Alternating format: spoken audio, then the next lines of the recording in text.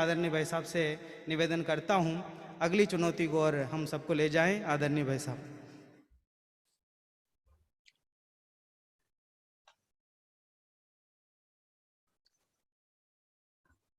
णमोर्हन्ताडं णमो सिद्धाडं णमो वायरियाडं णमो अज्झायाडं णमो लोये सव्यसाहुडं। मंगलम भगवान वीरो मंगलम गौतमो गणी मंगलम कुंद कुंदाद्यो जैन धर्मोस्तु मंगलम सर्वमंगल मांगल्यम सर्वकल्याणकारकम प्रधानां सर्वधर्माणां जैनं जयतु शासनम। वंदितु सव्यसिद्धे धोयममलमणोवं गदिं पत्ते वोच्छामि समय पाहुड मिणमो सुद केवली भणिदम।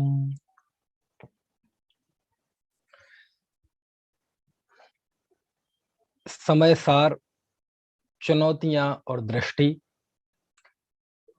इस बिंदु पर हम बात कर रहे हैं। पिछले 2 व्याख्यानों में हमने 2 चुनौतियों को देखा कि जब कुंद देव समय सार की रचना कर रहे थे तो उनके सामने पहली चुनौती थी कि उनके समक्ष कोई लिपिबद्ध लिखित रूप से संदर्भ नहीं थे, यानी प्रामाणिकता का प्रश्न। और दूसरी चुनौती थी कि जो उनके सामने लिखित प्रमाण थे वो सभी शुद्ध न्याय की विरुद्ध विवक्षा के थे। और उन चुनौतियों का सामना किस तरह से आचार्य ने किया। प्रामाणिकता के लिए आचार्य ने सर्वत्र सर्वज्ञ की साक्षी दी और उस समय की विरुद्ध विवक्षा, है ना, कि पूर्वाचार्यों का सम्मान भी रहे और हम अपना पारमार्थिक तत्व भी उपस्थित कर सकें, इसके लिए उन्होंने निश्चय व्यवहार की शैली डेवलप की। और जितना भी संयोग आदि का पक्ष था, गुणस्थान आदि का पक्ष था, जिसे वो बंध कथा कहते हैं, उसे उन्होंने कहा ये सब व्यवहार है और जो मैं बता रहा हूं वो परमार्थ है।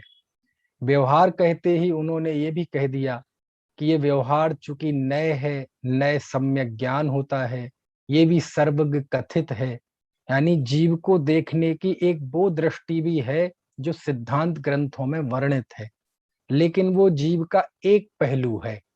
यदि उसी पहलू को हम परमार्थ मान के अनुभव करेंगे तो निश्चित तौर पे हम अपना बहिरात्मपन ही पोषण करेंगे। तब आचार्य ने फिर एक दूसरा शुद्ध न्याय का पहलू बताया, है ना। चलिए अब हम बढ़ते हैं तीसरी चुनौती, और ये तीसरी चुनौती बहुत खतरनाक है। और ये चुनौती ऐसी है कि क्या कहे, कुंद देव को पता था कि ये पंचम काल के जीव, इनका संघनन तो बड़ा कमजोर होगा, इनकी शारीरिक शक्ति तो बहुत कमजोर है ना, लेकिन इनकी कषाय शक्ति बड़ी मजबूत है। और छल ग्रहण करने में तो इस काल का हर एक जीव पीएचडी है, डॉक्टरेट है, डीलिट है।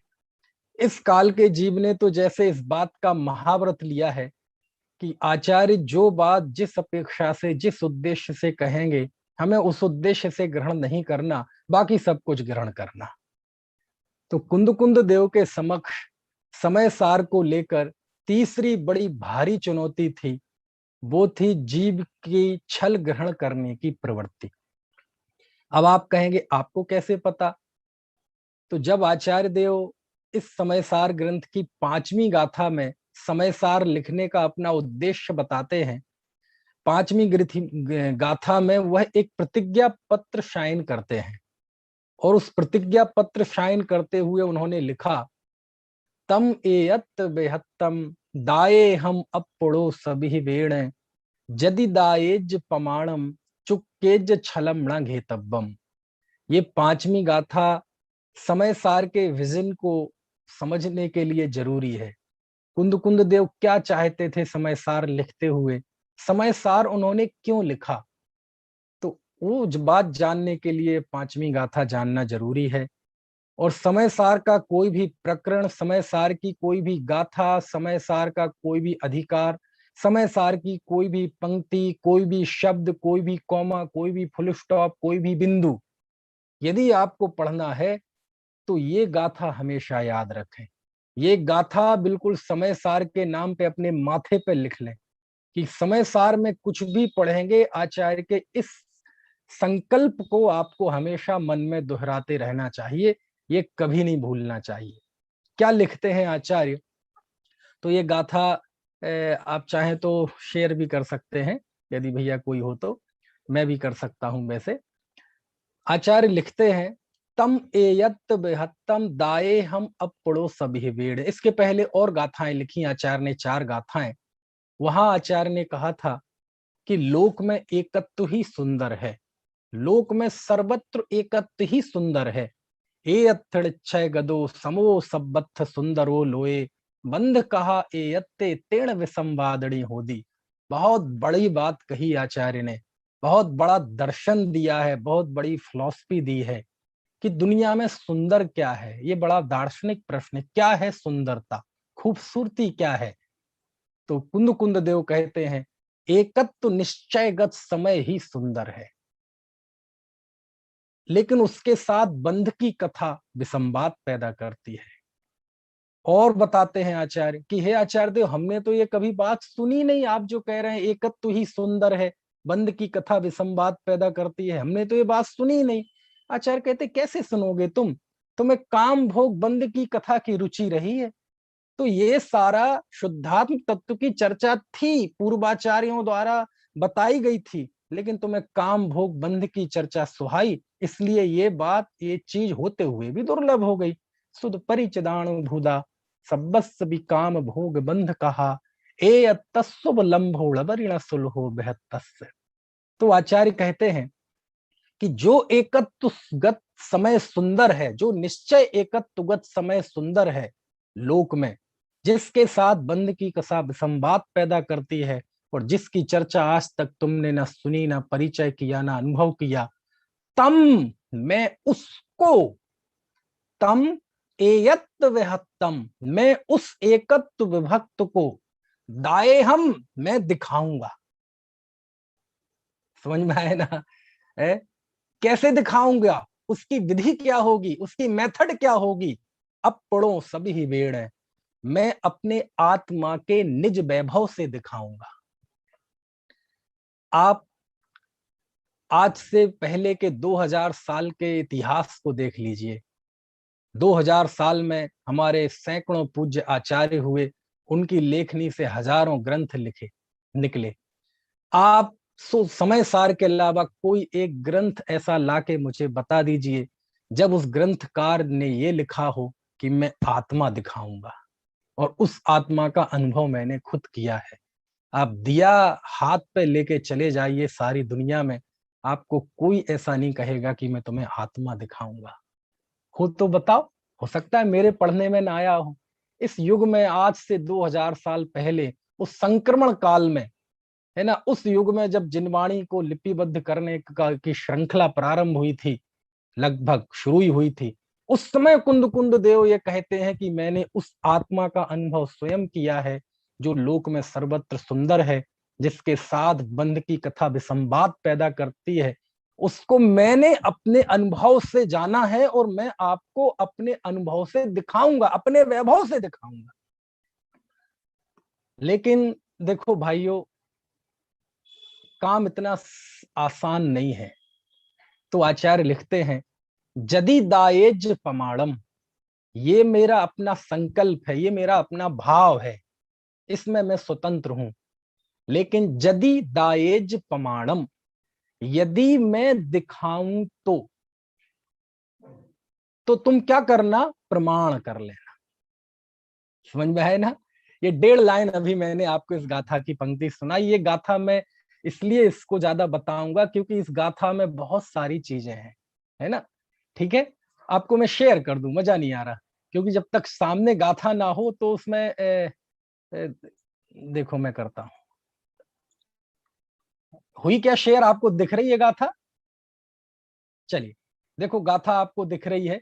एक बार सब लोग मिलके बोल लो जरा गाथा। हमारे भाई भी दिख रहे हैं, शास्त्री भाई जो भी वर्तमान में पढ़ रहे हैं, एक बार गाथा मिलके बोले जरा, मजा आएगा। इसी गाथा में से तीसरी चुनौती में बताऊंगा। तम एयत्त विहत्तम दाये हम अपणो सविह वेण जदिदाएज पमाणम चुक्केज छलम लंघे तब्बम। तम एयत्त विहत्तम, मैं उस एकत्व विभक्त को, उस यानी पिछली गाथाओं में जिसके विषय में मैंने बताया कि लोक में सर्वत्र सुंदर है, उसकी चर्चा तुमने सुनी नहीं, परिचय नहीं किया, अनुभव नहीं किया। मैं उस एकत्व विभक्त को दाए हम, मैं दिखाऊंगा, बताऊंगा नहीं, दिखाऊंगा, तुम्हें उसकी श्रद्धा कराऊंगा, तुम्हें उसका अनुभव कराऊंगा, तुम्हारा उसमें समर्पण कराऊंगा। कैसे? अपड़ों सभी बेड़, आत्मा के निज वैभव से दिखाऊंगा। और यदि दाएज प्रमाणम, यदि मैं दिखा दूं तो तुम प्रमाण करना। और चुक्केज छलम लांघे तब्बम, ये काम बहुत अलग है, सारी दुनिया से अलग है, इसमें चूक होने की संभावनाएं बहुत हैं, और यदि कहीं चूक हो जाऊं तो छल ग्रहण मत करना। ये इस गाथा का सामान्य अर्थ है। ठीक है, आपको गाथा का सामान्य अर्थ समझ में आ गया। चलिए अब थोड़ी इस पे हम बात करें। तीसरी चुनौती तक पहुंचने के लिए आचार्य लिखते हैं, मैं उस एकत्व भक्त को दिखाऊंगा और आत्मा के निज वैभव से दिखाऊंगा। आचार्य देव, एक मेरा प्रश्न है आपसे।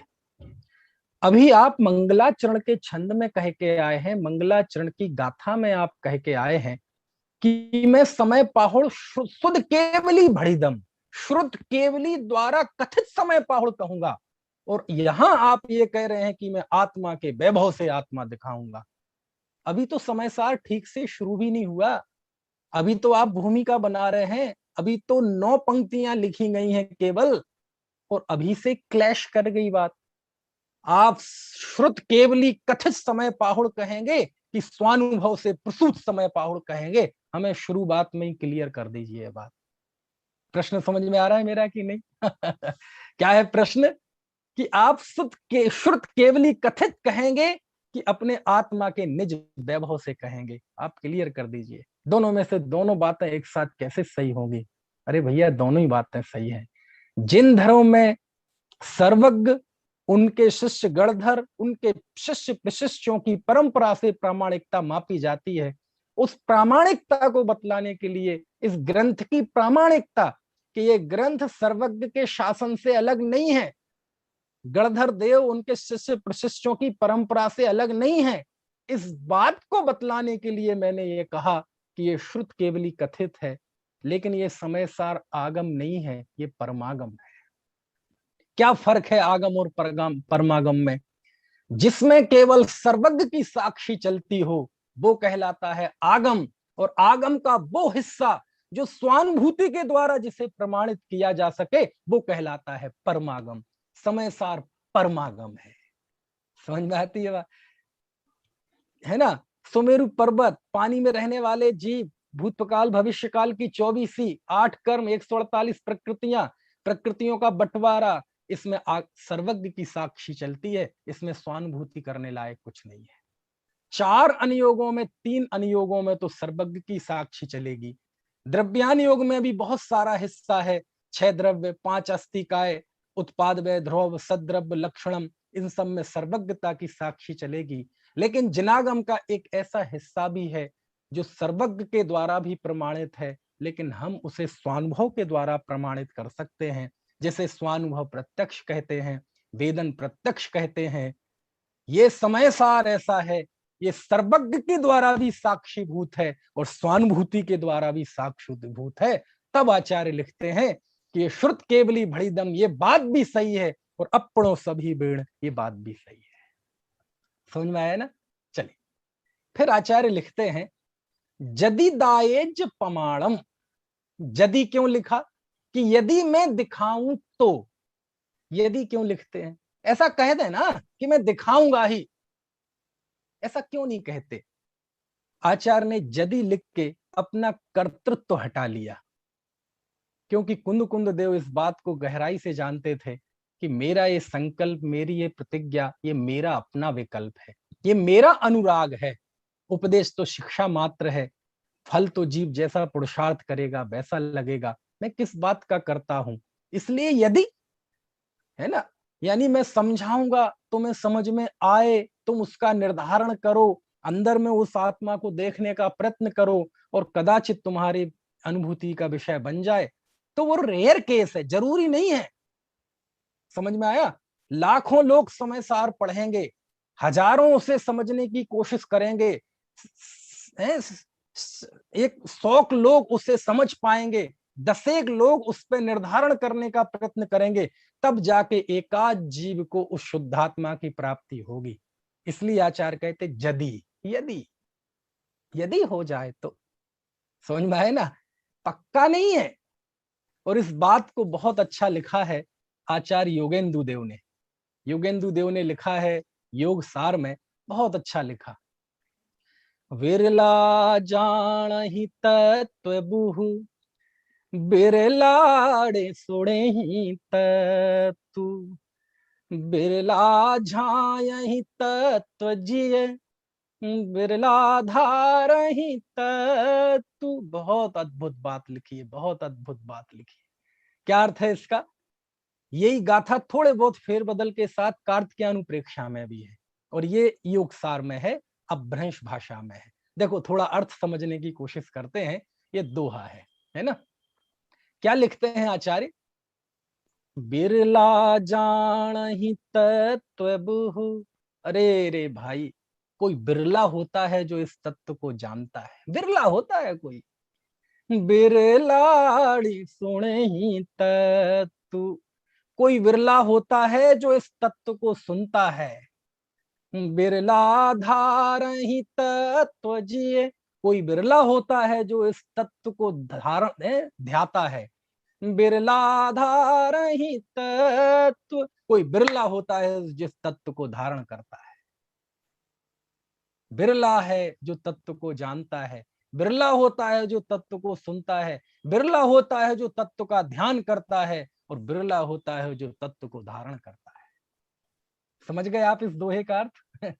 बिरला जाणहि तत्व बुह, बिरलाड़े सुने तत्व, बिरला झाये, झाई मतलब ध्यान, बिरला झाये तत्व जिये, बिरला धारहि तत्व। ये तो सब लाखों सुनते हैं, हजारों समझते हैं, सैकड़ों निर्धारण करते हैं, एक आध कोई अनुभूति तक पहुंचता है। तो आचार्य कहते मैं कैसे ये दावा कर दूं कि मैं दिखा दूंगा तुम्हें, ये मेरा भाव है। लेकिन हो सकता है मेरे समझाने का भाव हो, तुम्हारे समझने का काल पक गया हो, तुम्हारी काल लब्धि आ गई हो, तुम्हारे अंदर भी वह अमूल्य तत्व विचार पैदा हो और निर्धारण तक पहुंच जाओ। तो इसलिए आचार्य ने कौन से शब्द का प्रयोग किया? यदि। यदि मतलब यदि, यदि ऐसा हो जाए तो गारंटी नहीं है, क्योंकि ये रास्ता ऐसा है कि बहुत मुश्किल है ना? यदि, इसलिए आचार्य ने यदि कह के कर्तृत्व को उखाड़ के फेंक दिया, है ना? यदि दायेज प्रमाणम, यदि मैं दिखा दूं तो तुम प्रमाण करना। आचार्य कैसे प्रमाण करना? बोले बेटे मैंने कैसे किया? स्वानुभव से प्रमाण किया ना, अपने निज वैभव से प्रमाण किया ना, तो तुम भी प्रमाण कर लेना। कैसे प्रमाण करना? आचार्य कहते सुनो, जब मैं तुम्हें आत्मा दिखाऊं तो तुम लाख काम छोड़ के पहले उसे स्वानुभव से प्रमाण कर लेना। क्या मतलब हुआ? तुम उसे लिखने मत बैठ जाना, तुम उस पर कविता बनाने मत बैठ जाना, तुम उस पर भाष्य करने मत बैठ जाना, दूसरों को समझाने मत बैठ जाना। क्यों? क्योंकि ये काम भी होगा, ये काम सब नहीं कर सकते, ये तो कोई प्रबुद्ध प्रतिभाशाली लोग करेंगे। यदि हम इनकी ये बात कहेंगे कि जब मैं आत्मा दिखाऊं तो तुम आत्मा पे शास्त्र लिखने बैठ जाना, तो फिर तो ये धर्म केवल अल्पसंख्यकों के लिए हो जाएगा, फिर तो ये आत्मा की अनुभूति केवल बुद्धिमान प्रतिभाशाली न्याय व्याकरण वालों के लिए हो जाएगा। आचार्य कुंद कुंद देव दुनिया के समस्त संगी पंचेंद्रियों से केवल मिनिमम उम्मीद रखते हैं। वो उम्मीद, जो काम एक गाय भी कर सकती है, भैंस भी कर सकती है। भैंस की मूर्खता के लिए दुनिया में उदाहरण दिए जाते हैं, गधे की मूर्खता के लिए दुनिया में उदाहरण दिए जाते हैं, लेकिन कुंद देव हमसे मिनिमम उम्मीद करते हैं, वो कुछ काम की उम्मीद करते हैं जो काम एक चिड़िया भी कर सकती है। कौन सा? आत्मा को देखने का। कहते हैं बस मैं इतनी उम्मीद करता हूं कि जब मैं आत्मा दिखाऊं तो तुम लाख काम छोड़ के, सर्वस्व कार्य छोड़ के अपने जीवन की पूरी ऊर्जा उसको स्वीकार करने में, उसके अनुभव में लगा देना। बाकी कार्य हो, नहीं हो तो नहीं हो, आओ तो वेलकम, जाओ तो भीड़ कम, उसकी कोई चिंता नहीं। जदि दाए जपमाणम। समझ में आए ना? अच्छा एक बात बताओ विनीत जी, ये निर्धारित कौन करेगा कि आचार्य ने आत्मा दिखा दिया कि नहीं? क्यों भाई जिनेंद्र, कौन निर्धारित करेगा? आचार्य देव हमें बताएगा कौन कि ये आत्मा मुझे दिख गया? कहते बेटा तुम्हें दिख गई ना, तुम्हें दिख जाए तो समझ लेना मैंने दिखा दिया। तुम्हें अनुभव हो जाए तो समझ लेना कि तम एयत बेहत्तम दाए हम अपनों सभी वेड़, ये मेरे संकल्प खिल गया, ये फलीभूत हो गया। मेरी ये शिक्षा तुम्हारे अपने पुरुषार्थ पर निर्भर करती है। तो इसे तुम जितनी गहराई से जियोगे और तुम्हें अंदर में अनुभूति में आ जाएगा तो समझ लेना मैंने दिखा दिया।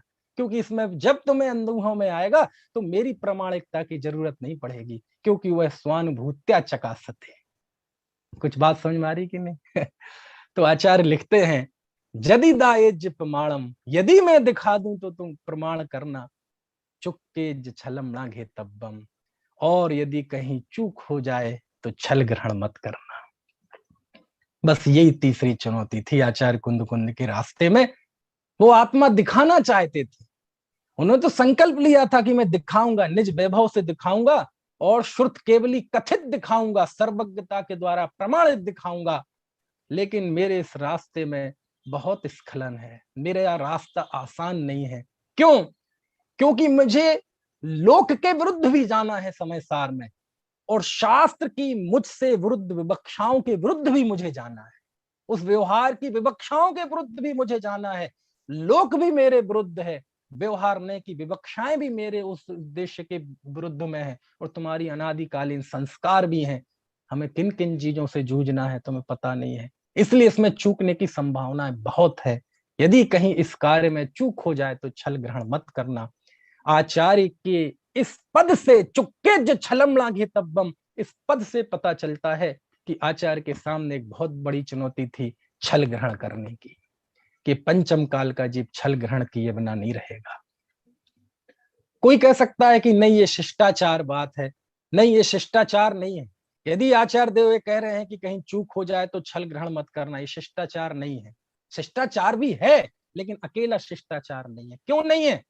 क्योंकि यदि ये शिष्टाचार होता तो ये शिष्टाचार प्रवचन सार में क्यों नहीं है, ये शिष्टाचार पंचास्तिकाय संग्रह में क्यों नहीं है, ये शिष्टाचार उन्होंने नियम सार में क्यों नहीं निभाया, ये शिष्टाचार उन्होंने दंसड़ पाहुड़ में क्यों नहीं निभाया, सुत्त पाहुड़ में क्यों नहीं निभाया, चरित्र पाहुड़ में क्यों नहीं निभाया, बोध पाहुड़ में क्यों नहीं निभाया, भाव पाहुड़ में क्यों नहीं निभाया, मोक्ष पाहुड़ में क्यों नहीं निभाया, लिंग पाहुड़ में क्यों नहीं निभाया, सील पाहुड़ में क्यों नहीं निभाया, बारसाणु बेखा में क्यों नहीं निभाया, रण सार में क्यों नहीं निभाया, मूलाचार में क्यों नहीं निभाया?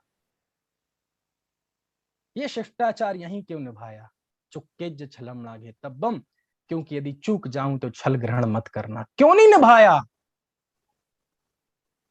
क्योंकि बाकी परमागमों में ऐसी चूकने की कोई गुंजाइश वैसी नहीं है। सारे खतरे, सारी आशंकाएं सब समय सार में है। आचार्य ने ऐसा कह के कि यदि कहीं चूक हो जाए तो छल ग्रहण मत करना, ऐसा कह के समय सार के साथ जो बड़े बड़े खतरे जुड़े हुए हैं उन खतरों की तरफ इशारा किया है। तो क्या खतरे हैं? अरे खतरे बहुत हैं। आचार्य कहते हैं अभी मैं अगली ही गाथा में कहने वाला हूं, रवि होदि अप मत्तो ड़प मत्तो जान गोदु जो भावो एवं बढ़ंती शुद्धम ड़ादो जो सोदु सोचेब। अरे अभी मैं गुण भेद तक का निषेध करूंगा, गुण स्थान आदि 29 प्रकार के भाव को पुद्गल की अवस्था कहूंगा। जब मैं ऐसा कहूं तो तुम वेदांतियों की तरह एकांत से आत्मा को शुद्ध मत मान लेना। यदि ऐसा मान लिया तो उसी की तरफ इशारा आचार्य कहते हैं चुक्के जछलम लागे तब।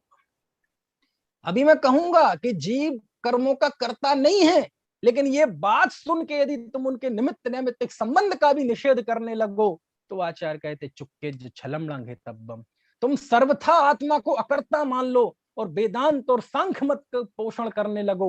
आचार्य कहते चुक्के छलम लांघे तब।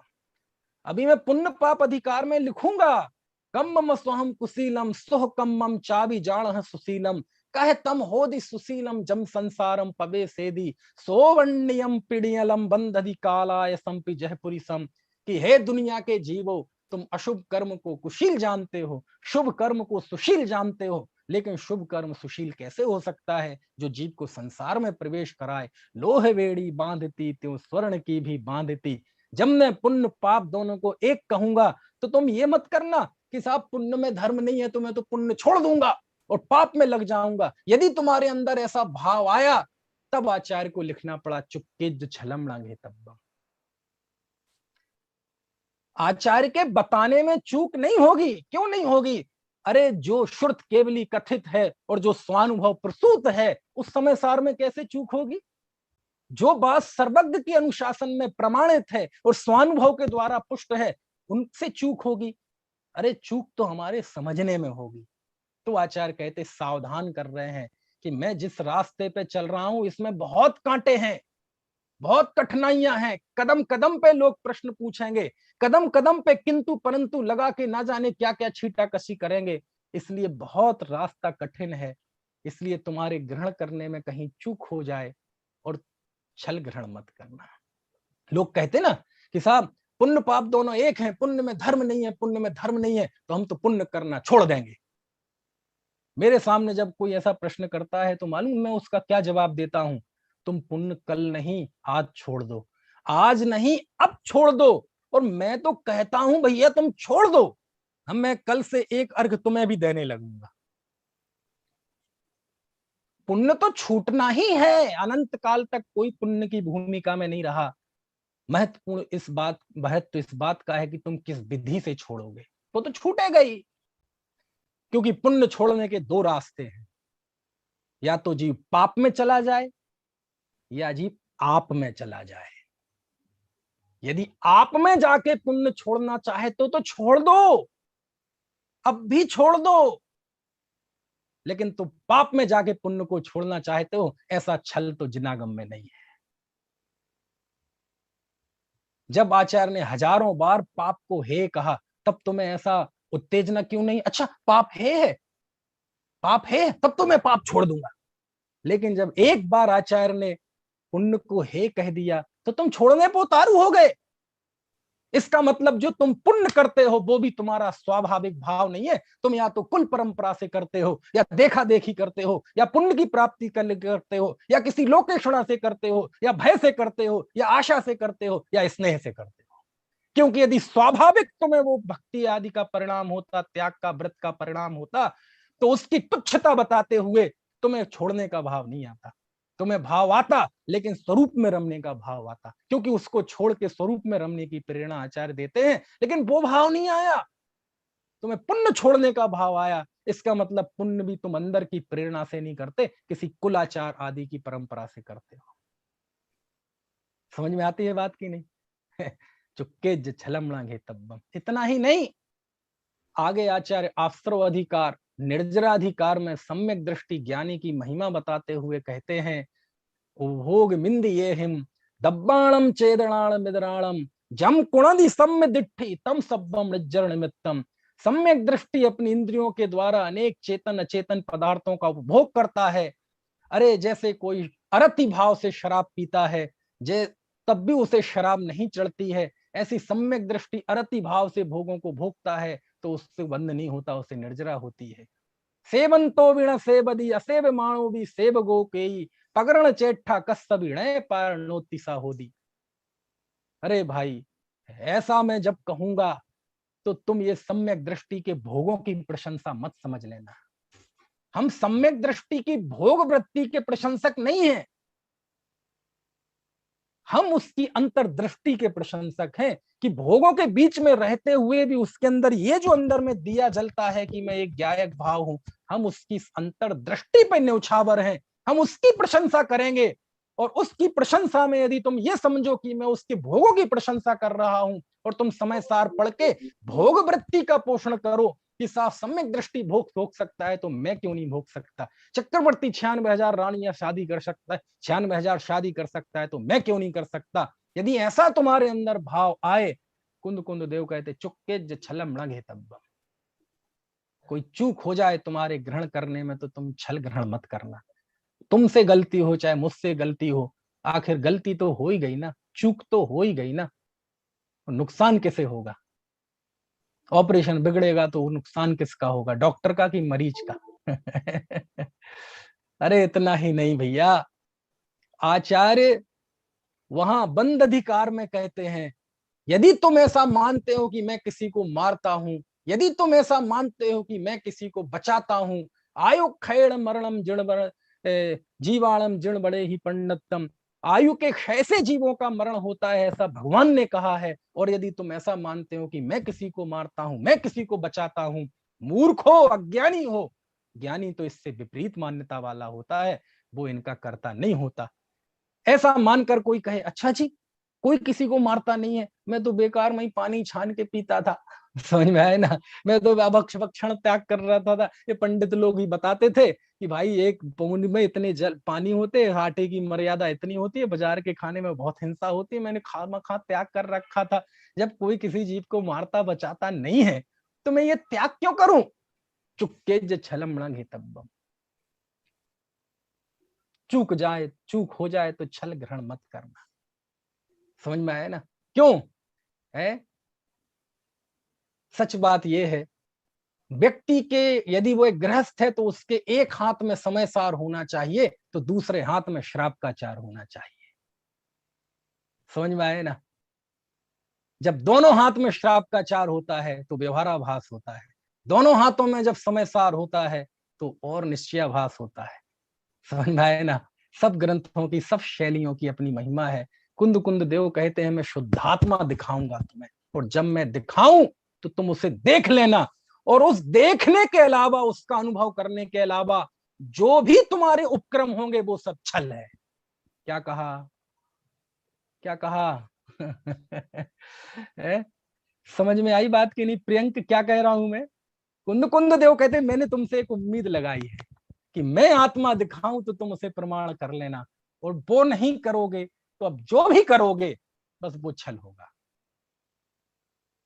अरे इतना ही नहीं, आचार्य देव मोक्ष के प्रकरण में सबसे अंत में कहते हैं, मोक्ष के प्रकरण में, पड़ी गहणम पड़ी सरलम परिहारो धारण यत्तिया वृंदागरहा सोही अट्ठिबहो होदि बिस्कुंभो।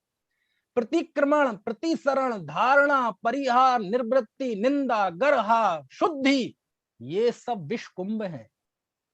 प्रतिक्रमण विषकुंभ है। बोलो आप, हिम्मत चाहिए ये बात कहने के लिए।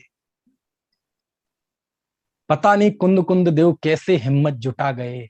वो इसलिए इतनी हिम्मत जुटा पाए क्योंकि इनका उद्देश्य बहुत पवित्र था। वो बहुत नई ऊंचाइयों तक देखना चाहते थे साधक समाज को। जो भी साधना में लगे हुए हैं, गृहस्थ हो मुनि हो, इन सबको वो साधना के उच्च स्तर पर देखना चाहते थे। यही कारण था कि वो इतनी कठोर कठोर बातें लिख पाए कि प्रतिक्रमण विषकुंभ है। प्रतिक्रमण विषकुंभ है आचार्य, बहुत बढ़िया आचार्य, बहुत बढ़िया। अच्छा आचार्य ये बता दो, प्रतिक्रमण विषकुंभ है तो अमृत का कुंभ क्या है। कहते अप्रतिक्रमण अमृत का कुंभ है। अच्छा ये क्या हो गया है आचार्य, थोड़ी दया करो ना हम जीवों पे। प्रतिक्रमण जहर का घड़ा है, अपनी आत्म निंदा करना, गुरु के सामने गर्हा करना, ये जहर का घड़ा है। क्या कह रहे हैं आचार्य, कुछ समझ में आ रही है बात। कहते सुनो भाई, प्रतिक्रमण आदि के साथ एक दोष के स्मरण का भाव छुपा हुआ है।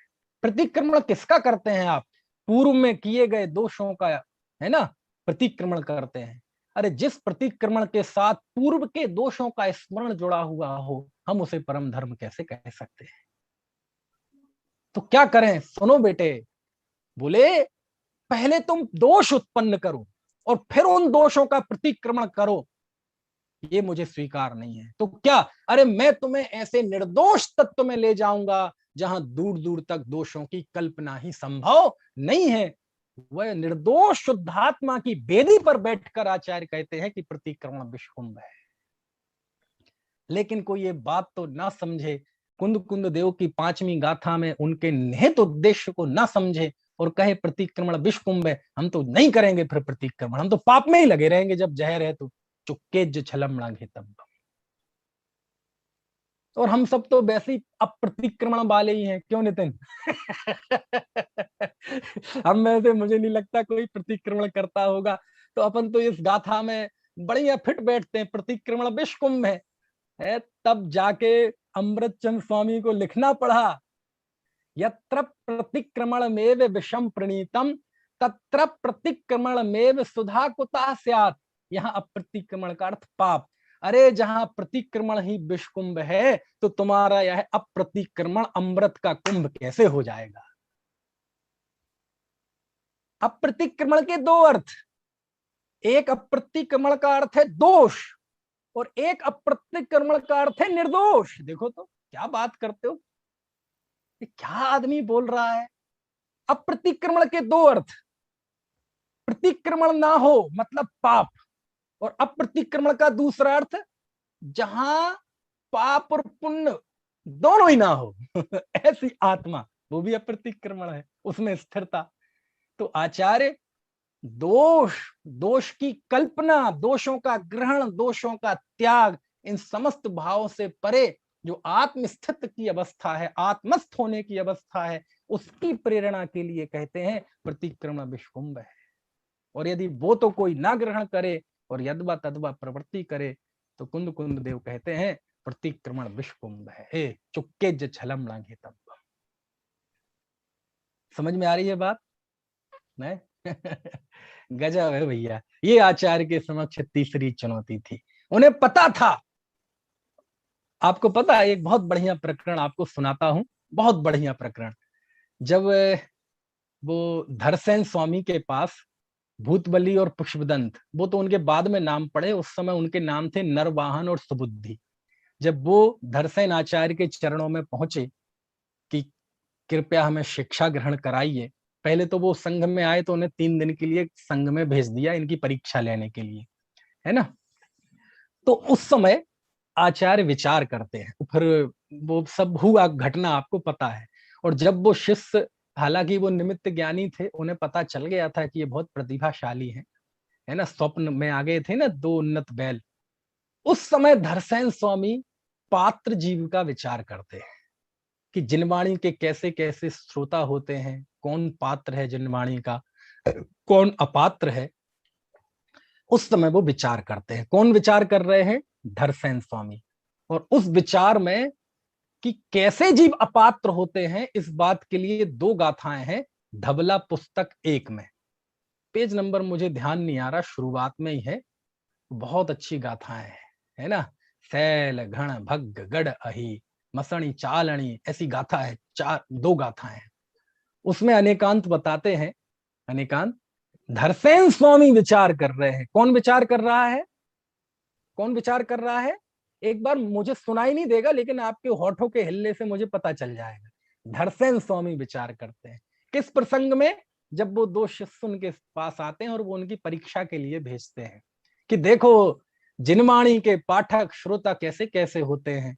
कितने ही श्रोता चलनी के समान होते हैं कि जैसे चलनी होती है वो मोटा मोटा अनाज रोक लेती है और बारीक बारीक अनाज नीचे निकाल देती है, ऐसे ही कितने ही जिनवाणी के श्रोता होते हैं, वो मोटी मोटी बातें सीख लेते हैं और जो असली आत्महित की तत्व ज्ञान की बातें होती हैं उसे नीचे खिसका देते हैं। कितने ही जीव होते हैं वो मिट्टी की तरह होते हैं कि जैसे मिट्टी के ऊपर पानी जब गिरता है तो वह मुलायम हो जाती है, और ज्यों ही हवा लगी और मिट्टी कड़क हुई उसके बाद उसको आकार देना मुश्किल काम है। ऐसे जब जिन वचन सुनते हैं तो हृदय की भूमि इतनी कोमल हो जाती है, ऐसा लगेगा बिल्कुल अभी मोक्ष होने वाला है। और यहाँ जहां जावाणी के ज्ञान ते सूझे लोकालोक हुआ, और उस मिट्टी को कड़क होने में तो वक्त लगता है, लेकिन इस चित्त की मिट्टी को कड़क होने में वक्त नहीं लगता और खत्म हो जाती है बात। लगता ही नहीं कि अभी कुछ देर पहले हम किस भाव भूमि में थे। ऐसा धरसेन स्वामी विचार कर रहे हैं।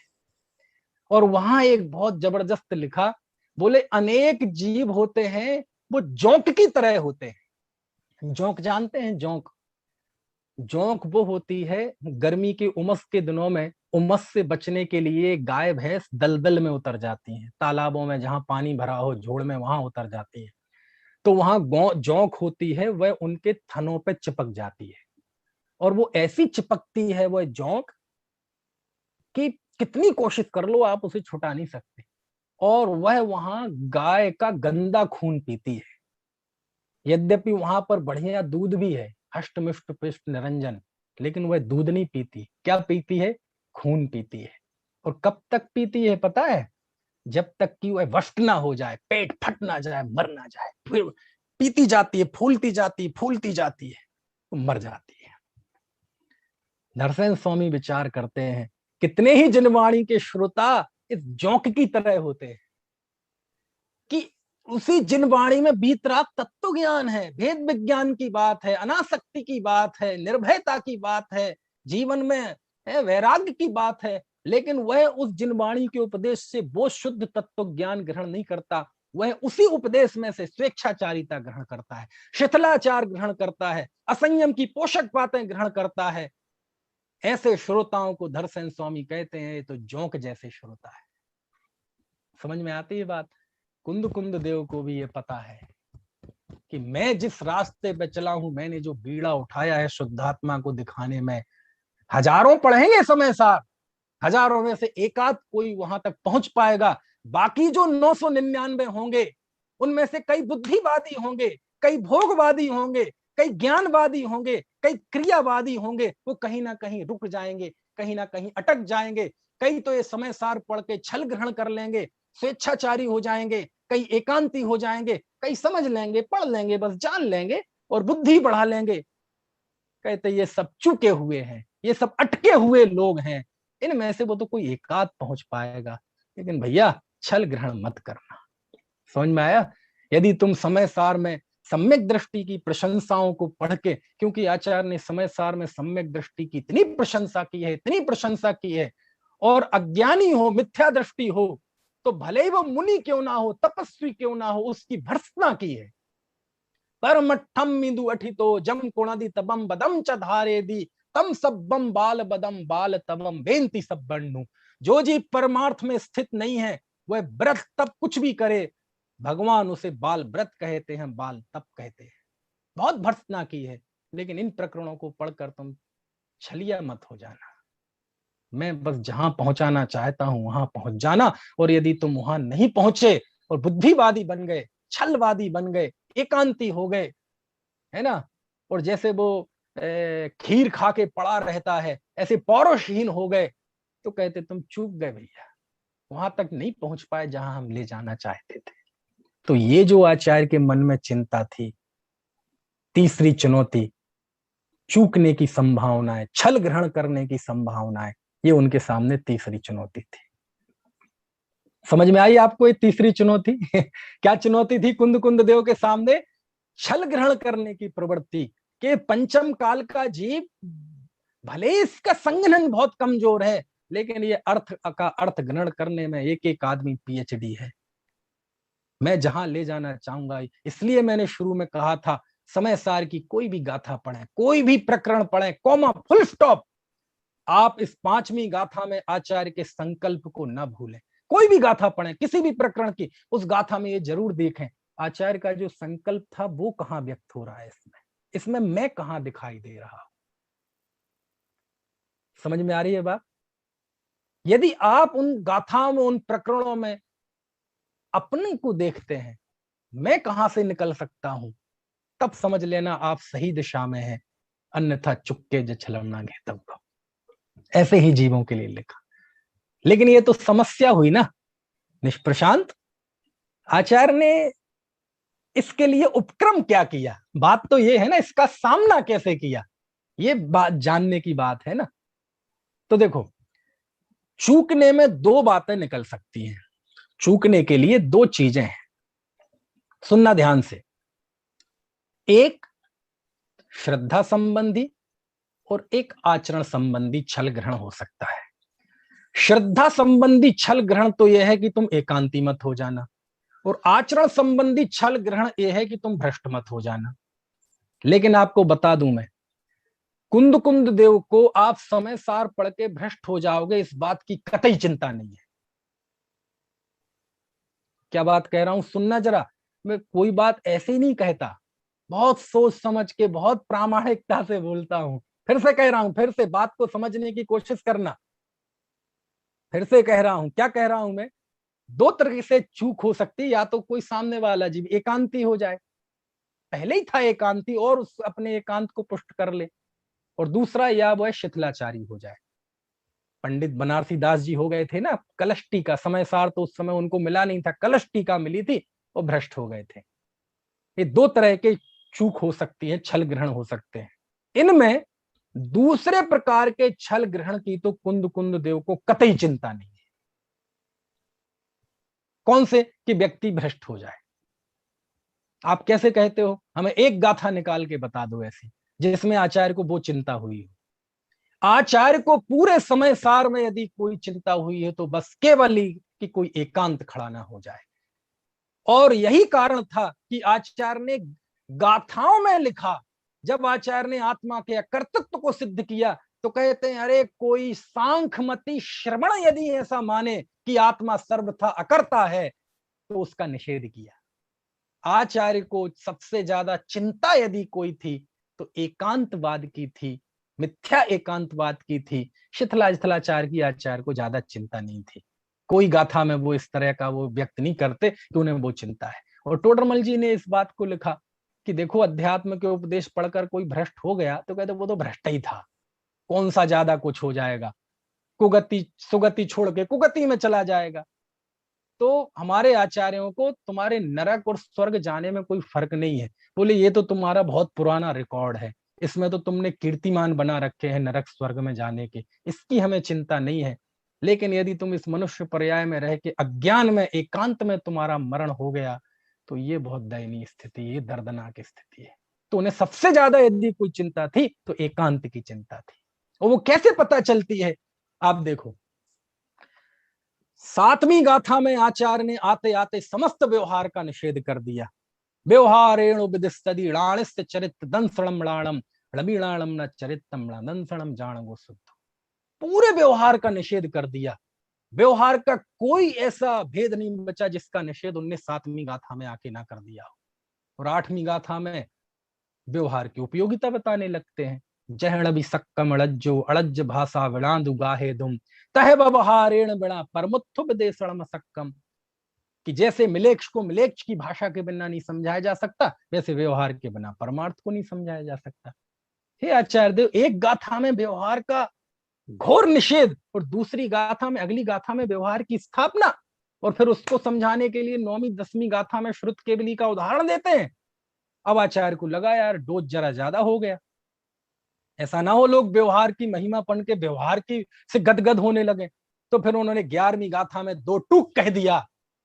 व्यवहारो भूदत्तो देसी दोदु सुदृढ़ो भूदत्थ मस्सी दो खलु सम्मादिट्ठी हबदि जीवो। व्यवहार अभूतार्थ है, शुद्ध न भूतार्थ है, और जो भूतार्थ की शरण लेता है वो सम्यक दृष्टि है। आचार्य को फिर लगाया यार हाई डोज हो गया, बहुत हाई डोज हो गया।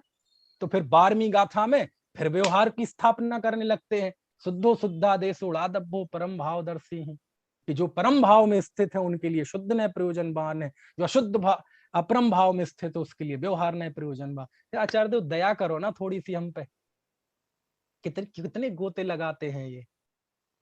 टाइम हो गया, बस 1-2 मिनट में एक उदाहरण देके पूरा करता हूं, नहीं तो वो बिंदु मेरा रह जाएगा। क्या प्रश्न है कि आचार्य देव थोड़ी दया करो ना हम पंचम काल के ये हीन संघनन वाले कम बुद्धि वाले जीवों के लिए। आप एक एक गाथा में इतने गोते, 12 गाथा गाथा आते तक आपने 2 बार गोते लगा दिए। व्यवहार फिर निश्चय फिर व्यवहार फिर निश्चय, इसकी मुख्यता फिर व्यवहार की मुख्यता। आचार्य क्या कर रहे हैं ये। देखो एक छोटा सा दृष्टांत देता हूं। आपके किसी की किराने की दुकान है, किराने की दुकान, चलो आप किसी किराने की दुकान पे गए और उससे कहा भाई साहब 10 किलो चीनी दे दीजिए। उसने कहा बेटे 10 किलो चीनी। अंदर से वो लड़का आएगा, एक पॉलीथिन में चीनी लाएगा भर के, और सामने कांटा रखा हुआ है और दूसरे हाथ में वो होगा खोपचा, वो क्या कहलाता है, आधा मडगाड़ सा, उसे पता नहीं क्या बोलते हैं, जगह जगह पे अलग अलग है ना, खोपचा। और वो क्या करता है, वो 10 किलो की पन्नी आके कांटे पे रखता है। अब उसमें देखा कि आधा किलो कम पड़ रही है, तो वह उस खोपचे में लाता है, खोपचे में भी चीनी लाता है, वो उसमें डालता है। अब देखा कि आधा किलो ज्यादा हो गई, फिर निकालता है। बोला 250 ग्राम कम हो गई, फिर डालता है। नहीं नहीं, अभी 100 ग्राम ज्यादा हो गई, फिर निकालता है। ए भाई तू कर क्या रहा है?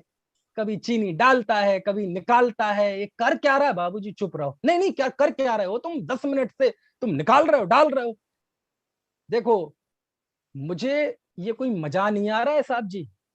मैं ये कोई वर्जिश नहीं कर रहा हूँ, जिम नहीं कर रहा हूँ, ये कब्जे नहीं बना रहा हूँ, शोल्डर नहीं बना रहा हूँ, ये चीनी निकाल कर डाल के। मुझे ना चीनी निकालना अभीष्ट है और ना चीनी डालना अभीष्ट है। हमें अभीष्ट है एक्यूरेसी। जब तक ये कांटा 10 किलो पे नहीं आ जाएगा, तब तक हमें प्रक्रिया करते रहेंगे, करते रहेंगे, करते रहेंगे। आचार्य कभी निश्चय पे बात करते हैं, कभी व्यवहार की उपयोगिता सिद्ध करने लगते हैं। जब व्यवहार का जरा वेटेज ज्यादा होता है तो 2 टूक में कह देते हैं व्यवहार अभूतार्थ है। लगता है बोझ कुछ ज्यादा हो गया तो फिर से व्यवहार की उपयोगिता बताने लगते हैं। आचार्य क्या कर रहे हैं? बेटे तुम समझते नहीं हो, तुम पंचम काल के जीव हो ना, मुझे पता है। जरा सा मैं इतने स्थान छोड़ूंगा तो तुम छल ग्रहण कर लोगे। मैं क्यों गोते लगाता हूं इतना? मैं तुम्हें एकांती होने नहीं दूंगा और पर्याय मूल रहने नहीं दूंगा। यदि तुम समय सार पढ़ के एकांती हो गए तो तुमने क्या समय सार पढ़ा, और पर्याय मूल बने रहे तो तुमने क्या समय सार पढ़ा।